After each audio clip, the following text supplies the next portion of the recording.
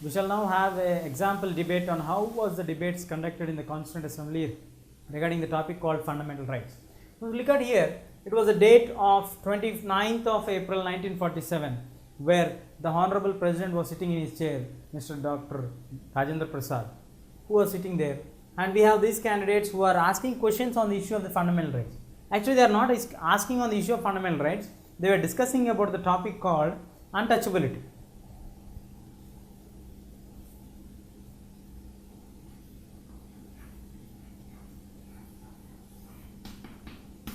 The untouchability was mentioned in the clause of 6th clause. Mr.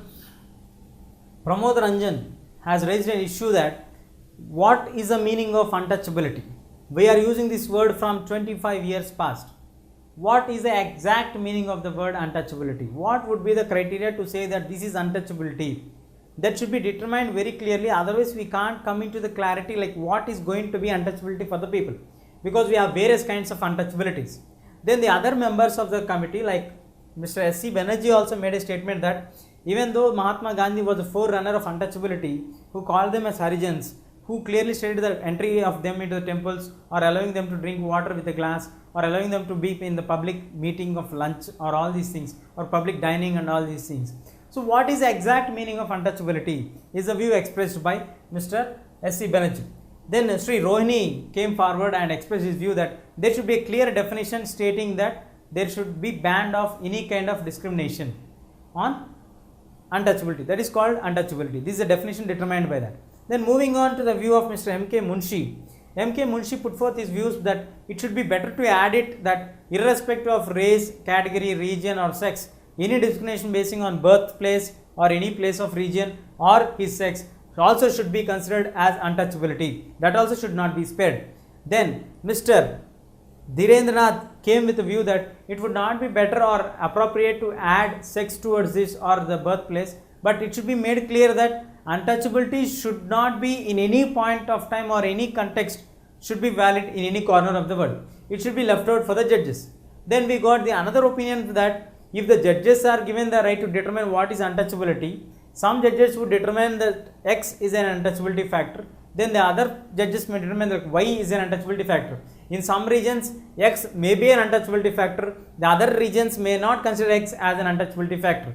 So, in order to get clarity on what is untouchability, in order to get knowing what is untouchability and clearly determine the laws and people get the rights equally determined for them, we should have the clarity on untouchability. After listening to the entire discussions of the untouchability, the Honorable President sitting on the chair, Dr. Rajendra Prasad, made a clear statement that the legislature, the union legislature will make a clear definition of untouchability, and it is a responsibility of the union legislature to determine the punishment also, or the offences which are considered against the untouchability should be punished very strictly and severely. This, after a thorough discussion on the untouchability, we came to a conclusion that untouchability should not be spared at any point of time. Any kind of untouchability should not be accepted in any corner of the nation.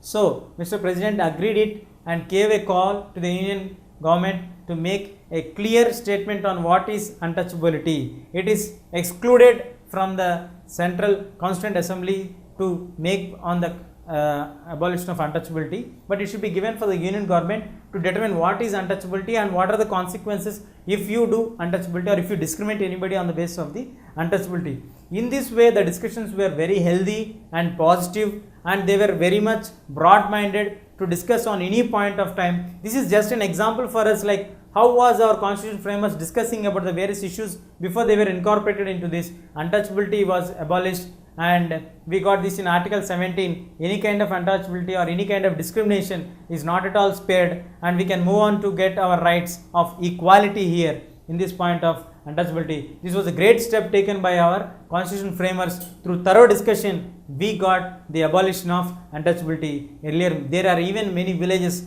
where the discrimination is followed. Let us hope that the constitution reaches to the ground level and nobody faces the untouchability further.